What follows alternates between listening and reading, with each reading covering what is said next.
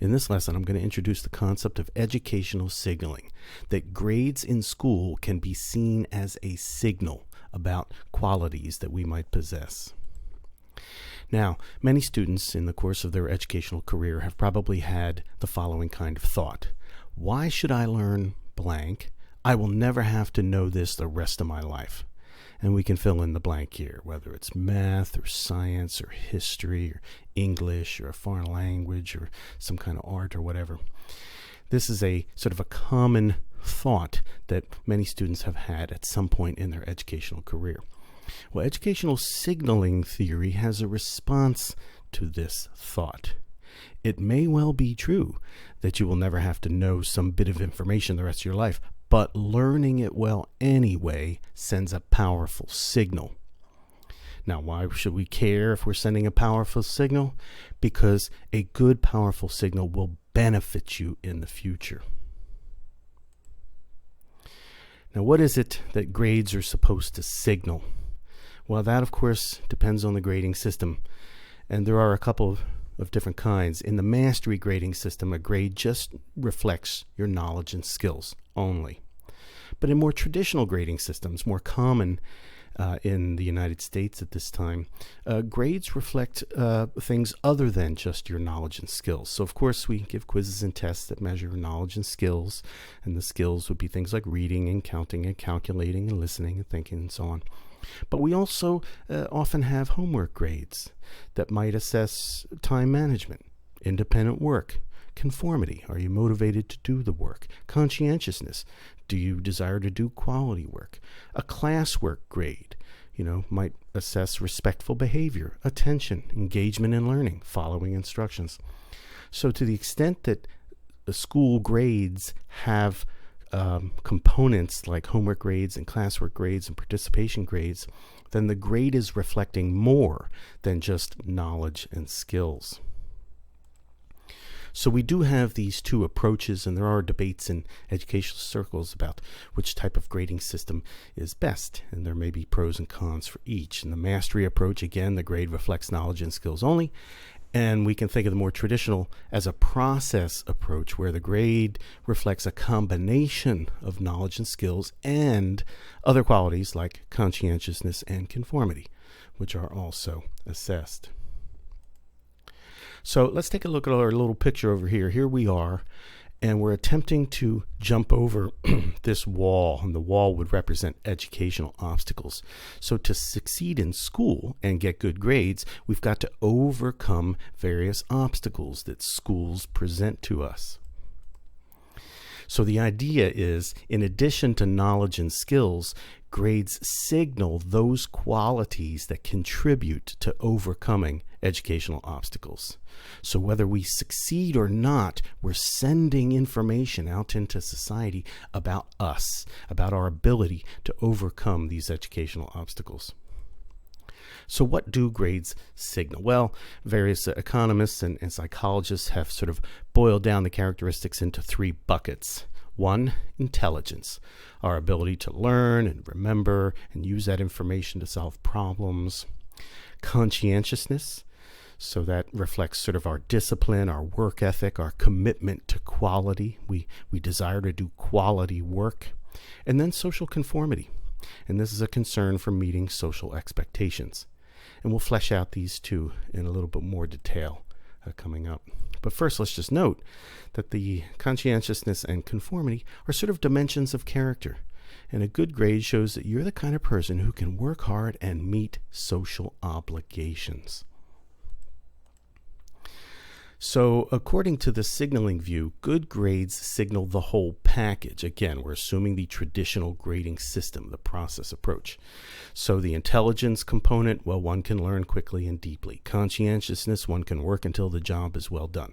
Social conformity, one can meet social expectations, like doing the recommended or required assignments that the teachers give us. Now, some people can have offsetting weaknesses. A student might be intelligent but lacking conformity. They just don't follow the recommended or the recommendations of the teachers, or they just don't do the assignment that was assigned by a teacher. A student might be hardworking but lacking intelligence. And another combination might be a student is intelligent but not conscientious. So they're not doing quality work. They don't care about turning in quality work. So you can have offsetting weaknesses, but the idea is that good grades are signaling some good mix of these three characteristics. Now, how do we capture conscientiousness and conformity in the grading system? Well, that's where we've seen sort of like a homework grade can capture some of these characteristics. So doing the homework that is expected of you, that's an element of conformity because you're meeting a social expectation of your teachers and parents. Doing the homework when it is assigned, again, the teachers expect students to do certain assignments at a certain time to prepare them for new information coming up. Doing quality homework, that would be conscientiousness. You care about doing quality work. And then monitoring one's own learning and taking active steps to address knowledge gaps or misunderstandings, that's conscientiousness as well. In other words, you're concerned about learning and doing a good job of learning what it is that is presented to you. So here we see then a homework grade is sort of capturing some of these elements of conscientiousness and conformity. Likewise, a participation grade captures some of these. Being attentive during lessons, that's an expectation, so that's conformity, and you're showing that you care about the learning process. Asking questions to check understanding, again, conscientiousness. You care about doing good learning as best you can. Taking complete notes or drawing a diagram as best you can, that again shows that you're interested in quality work. Not distracting the class, that's showing conformity. Meeting a social expectation. We don't expect students to distract the class on a regular basis. Working well with other students to achieve a common goal, again, a social expectation. So participation grades and homework grades are capturing these two dimensions of the signaling theory. So success then is a sauce made from several ingredients. So here we are as students, and what we want to do is just rocket over the educational obstacles. And the three components of that success, intelligence, conscientiousness, and social conformity, is kind of like a motivational rocket. If we have a good mix of these, we're going to achieve success. Now notice the two C's here, they're the ones that we sort of have the most control over in a sense. That if we have sort of a past, a habit of kind of not doing quality work, well, there's a sense in which we could actually improve that, make the effort to do quality work. And if in the past we didn't really do the homework that was expected, well, we can do better. We can do the homework. So there's a sense in which these are a bit more under our control than intelligence, which may have some genetic components as well. Now, who receives the signal? Well, here's us jumping over the barrier, and look to the right here. Here's the employer or some other institution filled with people who need new people to enter into their institution and do whatever work they're doing. So the idea is that school presents challenges, so our performance becomes a signal about our qualities. And who is it that's getting that signal? Everybody else in society who might be in a position to maybe hire us or have us join their organization.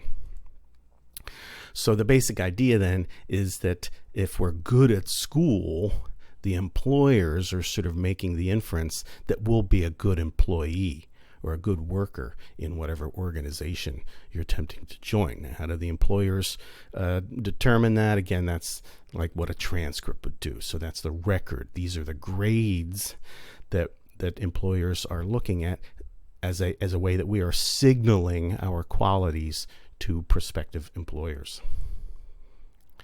Now, economists have noticed that employers prefer college-educated applicants even when the job does not require a college degree.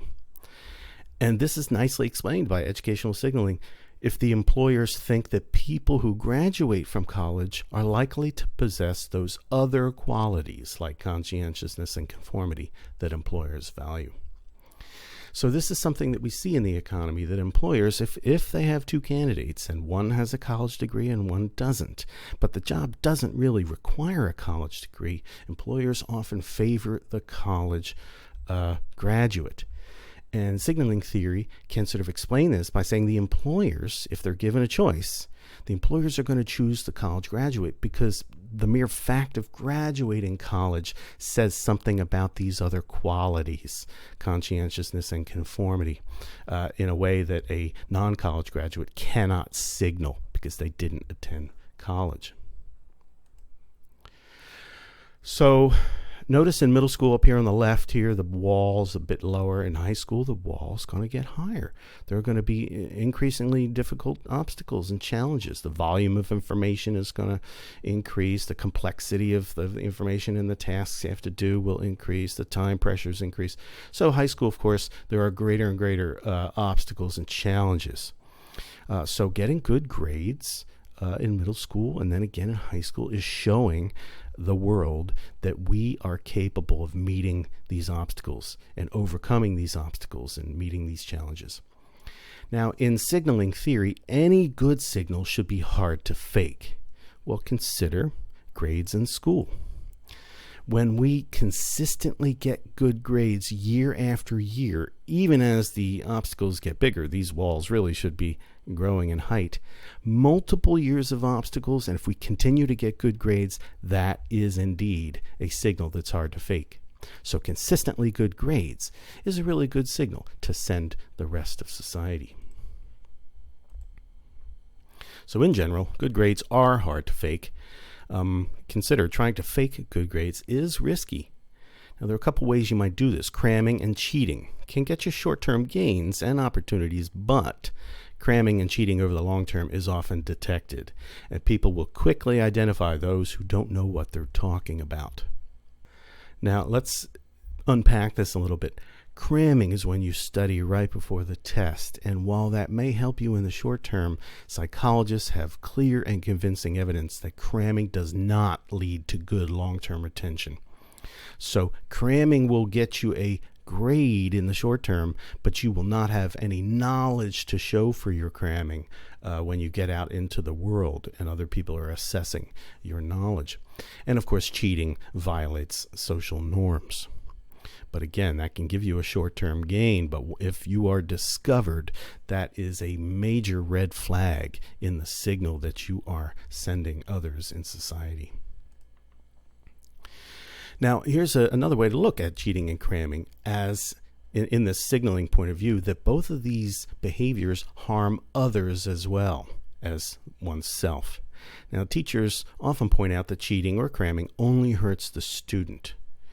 And evidently, students seem to be fine with that. Some students don't mind the harm to the self. They don't mind cramming, even though it supposedly harms the self because it doesn't lead to long-term knowledge. And they don't mind the cheating because they're going to get the short-term gain, even though there's a risk of their reputation. But here's another way of looking at these two things. Cheating and cramming also hurt others because it sends a fake signal, the good grade that the cheater and the crammer are getting, which diminishes the value of the signal. So when there are cheaters in school, other students who honestly studied and acquired knowledge and skills will not stand out as much. When students cram, other students who used good study techniques will not stand out as much. So you see, cheating and cramming is not only sort of hurting the individual who does it, but it's also an antisocial thing to do. It's harming others. And this, again, is revealed when we think about grades as signals. Cheating and cramming corrupt the value of the grade as a signal. Now, of course, students that are high in conformity will not fake their signal because there is an expectation that we will not do these things, cheating and cramming.